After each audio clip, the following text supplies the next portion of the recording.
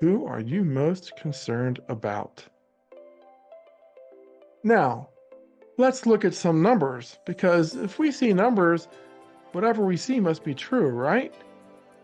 Well, let's think about this. I get kind of skeptical when I hear numbers. Maybe you do too.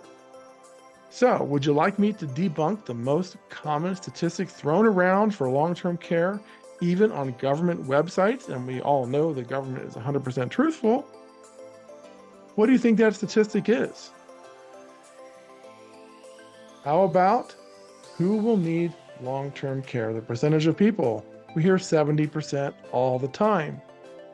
Well, that's kind of an old number based on a lot of old definitions, but it's a nice round number and they like to throw it around. The real number, when adjusting for whether care qualifies for IRS tax credits, or is IRS qualified, it's 52%. Well, let's think about this. Say your name is Frank, and hey, say, Frank, your house has a 70% chance of burning down. Are you going to have a plan including some kind of insurance to cover that? How are you going to respond? You better believe it. Then I say to Pamela, well, your house doesn't have a 70% chance of burning down. It's only 52% chance. Is your answer going to be any different than Frank's? Of course not.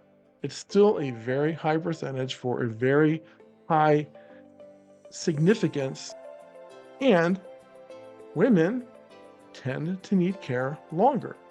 Now, we know nobody's average, but on average, just as a point of reference, women need 3, almost 4 years of care, and men a little over 2 years of care. You can't think about long-term care without looking at these other issues that all play into it. We have our frailty, which is typically, reduction in functional capability, what we can do physically. Then what can we do mentally? We have more difficulty handling complex subject matter, such as finances, as we age. We don't like the idea of losing our independence, but at some point we do, and our roles reverse to, most commonly, responsible adult child.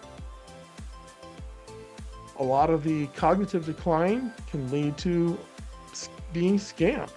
And scams, especially with AI, are getting so insidious, unbelievable. There's a lot of need for accountability in our lives to help us avoid being scammed as we age. Big decisions such as downsizing. And what about loneliness? Sometimes, or way too often, too many people are being left alone, literally abandoned, which can also lead to elder abuse. So many of these factors come into play when planning long-term care. AARP has a fraud watch network, and you can subscribe to that. I'm not here to stump for them, but it's a good resource, and especially with the preponderance of frauds, that's one of many other good resources, but it's a good starting point. When you open an account at a financial institution, they're going to start asking for a trusted contact. This is not someone to replace your signed agent for power of attorney for finances. This is a person that you have approved on your application, that if that financial institution says, we're having trouble getting a hold of you, they can call the trusted contact and say, hey, we're trying to get a hold of Sally. She's not responding. Is her contact information that we have on file still accurate? That kind of thing. They can ask those kinds of questions to help get a hold of you, or perhaps get a hold of your agent for power of attorney if necessary.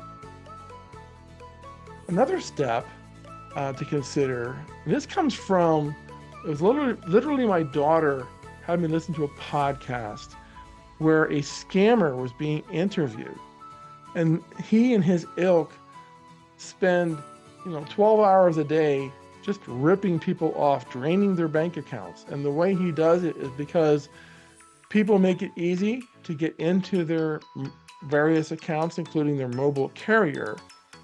And if they have two-factor authentication, they can literally get into your mobile carrier and say, oh, I lost my phone. I need switch it to another phone. It's called SIM swapping.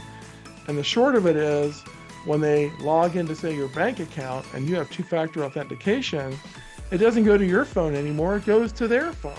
They're doing this in the middle of the night. By the time you wake up, your bank account is empty. So what you can do is contact your mobile carrier and establish a typically 6-digit PIN that without that PIN, that personal identification number, a scammer cannot change anything on your mobile carrier account. So that is one little step to lower the possibility of that happening. Another commonly overlooked step is changing the password on our router. The router is your window to the internet.